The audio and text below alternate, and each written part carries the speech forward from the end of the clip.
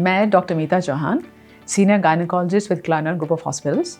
मैं वाइटफील्ड ब्रांच और वर्थुर ब्रांच दोनों जगह में काम करती हूँ। आज हम लोग बात करेंगे सबसे कॉमन प्रॉब्लम्स फीमेल्स में वजाइनल इन्फेक्शन।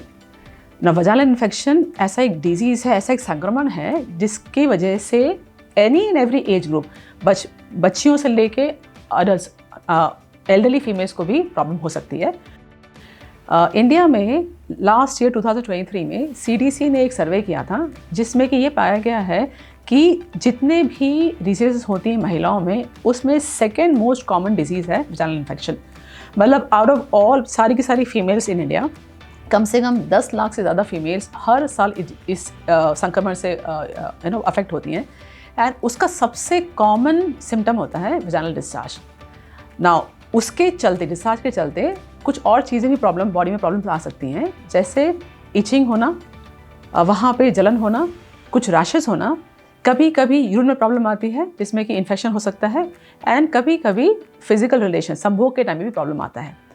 अगर ये जल्दी स्टेज में पकड़ में आ जाए तो ये बहुत ही सिंपल चीज़ है और सिंपल मेडिसिन से ट्रीट हो जाता है। तो पहला मैं आपको रिक्वेस्ट करूंगी, जब भी कुछ आप नोटिस करें कि आपका डिस्चार्ज कुछ भी डिफरेंट हो रहा है जो डेली से हटके है, मैं आपको सजेस्ट करूंगी कि आपको अपने गायनेकोलॉजिस्ट से मिलना चाहिए ताकि वो टाइमली उसको एग्जामिन कर सके और आपको बता सके कि हम लोग क्या कर सकते हैं उसको ट्रीट करने के लिए।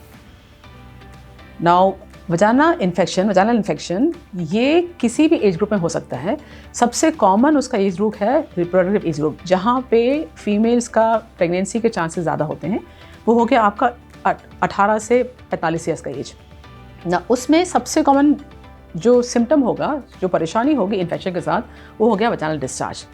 ना हल्का सा डिस्चार्ज जो कि ट्रांसपेरेंट होता है, वो डेली साइकिल का पार्ट होता है। लेकिन अगर डिस्चार्ज का कलर चेंज होता है या फिर अगर उसका कंसिस्टेंसी चेंज होता है, थिकनेस अगर वो गाढ़ा होना शुरू हो जाता है या फिर उसमें से स्मेल आता है, इसका मतलब है कि आपको इन्फेक्शन हो रहा है। तो अगर ऐसे भी कुछ भी होगा, आपको अपने गायनेकोलॉजिस्ट से बात करना चाहिए। नाउ अगर ये टाइमली पकड़ में आ जाए इन्फेक्शन और उसको ट्रीट कर दें, ये बहुत ही सिंपल सा है, ये प्रॉब्लम नहीं करेगा। लेकिन अगर आप इसको इग्नोर कर दें या फिर अगर ये एक लेवल क्रॉस कर लेता है तो कभी कभी ये एक ऐसी कंडीशन में पहुंच जाता है जिसको बोलते हैं PID, पेल्विक इन्फ्लेमेटरी डिसीज़। इसका मतलब ये है कि इन्फेक्शन आपके गर्भाशय से बाहर निकल गया है और कभी कभी इसके वजह से आगे चल के प्रेगनेंसी होने में प्रॉब्लम हो सकती है और कभी कभी प्रेगनेंसी होकर भी प्रॉब्लम हो जाती है ना। इसको टाइमली पकड़ के ट्रीट करना बहुत इंपॉर्टेंट है ना। एक टेस्ट होता है, उसको बोलते हैं पैप स्मीयर, जो कि हर एज ग्रुप में जहां आप एक बार सेक्सुअल एक्टिविटी आपकी शुरू हो जाती है, रेकमेंड करते हैं। इसका 2 बेनिफिट है। एक है कि इन्फेक्शन को पकड़ता है, दूसरा ये सर्वाइकल कैंसर को पकड़ने की पॉसिबिलिटी रखता है ना। अगर ये आप हर 1 साल से 3 साल में करें तो आपको पता चल जाएगा कि आपको इस पर और एक्शन करने की ज़रूरत है कि नहीं है। सो हर यंग लड़की या एनी फीमेल जो सेक्सुअली एक्टिव है उसको ये टेस्ट करना चाहिए। रोज़ के दिनचर्या में सबसे आम टाइम है, सबसे आम रीज़न है वजाइनल इन्फेक्शन का पीरियड्स के अराउंड, माहवारी के अराउंड, जहाँ पे पर्सनल हाइजीन थोड़ा सा कम हो जाता है। सो बहुत ही ईजी है उसको मेंटेन करना। इफ़ यू क्लीन दैट, अगर आप उस एरिया को रेगुलर वाटर से मल्टीपल टाइम्स क्लीन करें, जितनी बार आप रेस्ट रूम जाएँ, अगर आप अंडर पैंट्स या सैनिटरी नैपकिन को मल्टीपल टाइम्स क्लीन करें, कम से कम 2.5 से 3 लीटर का पानी अगर आप पिएँ, अगर आप ये सारी चीज़ें सिंपल बेसिस पर करना शुरू कर देंगे, इन्फेक्शन के चांसेस बहुत कम हो जाते हैं। नाउ बहुत इम्पॉर्टेंट है कि यंग बच्चों को, यंग लड़कियों को स्कूल और कॉलेज में ही सिखाया जाए कि कैसे उनको अपना देखभाल करना है रेगुलर बेसिस पे, स्पेशली पीरियड्स के अराउंड ना। अगर उनमें ये जागरूकता आप शुरू से दे दें कि पर्सनल हाइजीन मेंटेन करने से इन्फेक्शन कम रहेगा, स्पेशली अगर फिजिकल रिलेशंस हो, वहाँ पे अगर आप कॉन्डम्स का इस्तेमाल करें तो इन्फेक्शन कम रहेगा। इसी से major problems of vaginal infection आपका कम हो जाएगा।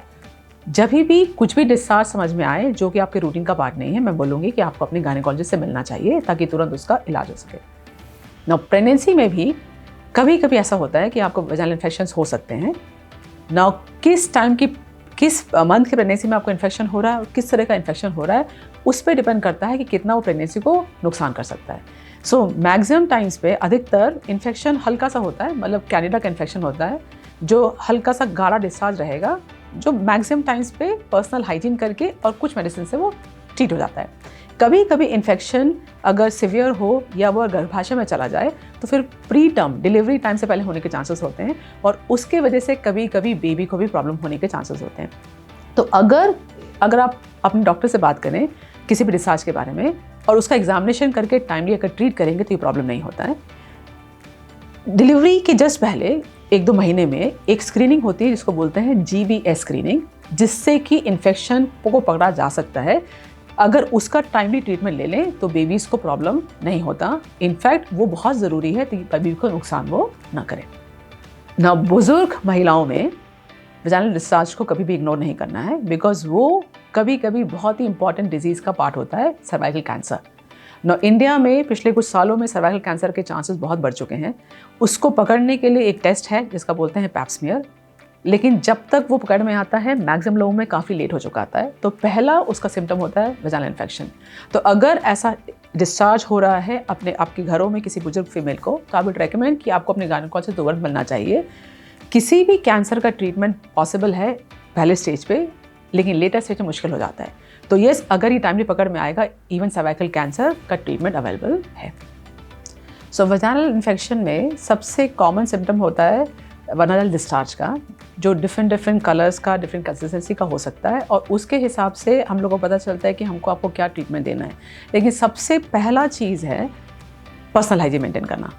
उसके साथ से अगर हम लोगों को सैंपल मिला है, सैंपल के बेसिस पे आपको ट्रीटमेंट देना पड़ता है, लेकिन मेजॉरिटी लोगों को, सबसे अधिकतर हम लोग को आपको मेडिसिन की ज़रूरत नहीं पड़ती है। ना घरेलू नुस्खों में आप 3 चीज़ें कर सकते हैं जिससे कि आपका इन्फेक्शन के चांसेस थोड़े से कम रहें, और इन्फेक्शन अगर हो चुका है तो उसको ट्रीट करने में आपको हेल्प मिल जाती है। ना नारियल का तेल इफ़ यू स्टार्ट, अगर आप यूज़ करते हैं उस एरिया में मल्टीपल टाइम्स, उससे आपके वजाइना की इम्यूनिटी बढ़ती है, तो इन्फेक्शन फाइट करने की कैपेसिटी आपकी बढ़ जाती है और इन्फेक्शन के चांसेस भी कम हो जाते हैं। दूसरा है कि आपको कॉटन के अंडरपैंट्स यूज़ करना चाहिए। इससे उस एरिया में पसीना कम रहेगा और हवा रहेगी, ताकि फंगल इन्फेक्शन के चांसेस आपके कम हो जाते हैं। और तीसरा इज़ वेरी इंपॉर्टेंट कि फिजिकल रिलेशंस अगर हो पाए, अगर कर रहे हैं आप, तो कॉन्डम्स के साथ करें, और अगर नहीं हो पाए तो उसके बाद डेफिनेटली आपको अपने आप को अच्छे से क्लीन करना चाहिए और ड्राई रखना चाहिए ना। जब ट्रीटमेंट की बात आती है तो मेडिसिन स्पेस सबसे कॉमनेस्ट जो अधिकतर यूज़ या मेडिसिन है वो सपोजिटरीज होती हैं, जो हम लोग आपको वजाइना में रखने के रेकमेंड करते हैं। उससे मैक्सिमम टाइम से फंगल इन्फेक्शन क्लियर हो जाता है। अगर इसके बाद भी प्रॉब्लम रहता है तब जाके हम लोग आपको गोलियां मुंह से खाने के लिए देते हैं, और कभी कभी ज़रूरत पड़ता है कि आपके पार्टनर को भी ट्रीट किया जाए ताकि ये इन्फेक्शन बार बार आपको ना हो ना। वजाइनल डिस्चार्ज या वजाइनल इन्फेक्शन का ट्रीटमेंट प्रेगनेंसी में थोड़ा सा डिफिकल्ट है, बिकॉज प्रेगनेंसी में हम लोग आपको अननेसेसरी मेडिसिन नहीं देना चाहते हैं, बिकॉज वो बेबी को भी अफेक्ट करता है। सो सबसे पहला चीज़ है, जैसे मैंने आपको बताया है, कि आपको एनीवेज आपको पर्सनल हाइजीन अपना मेंटेन करना है, और वो थोड़ा सा और इम्प्रूव करते जाना है प्रेगनेंसी में।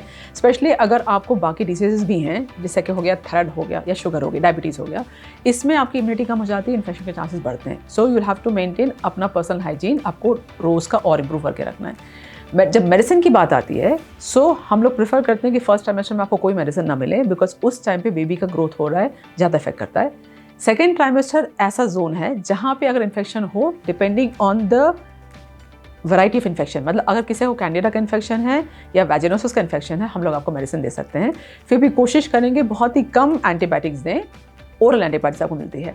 बहुत ही रेयर चांस होता है ऐसा कि हम लोग को आईवी या इंजेक्टेबल एंटीबायोटिक्स आपको देना पड़े। लेकिन थर्ड ट्राइमेस्टर ऐसा ट्राइमेस्टर है जहाँ पे इन्फेक्शन अगर है और अगर सीवियर इन्फेक्शन है, हमको आपको ट्रीट करना ज़रूरी है, बिकॉज वो बेबी को अफेक्ट करता है।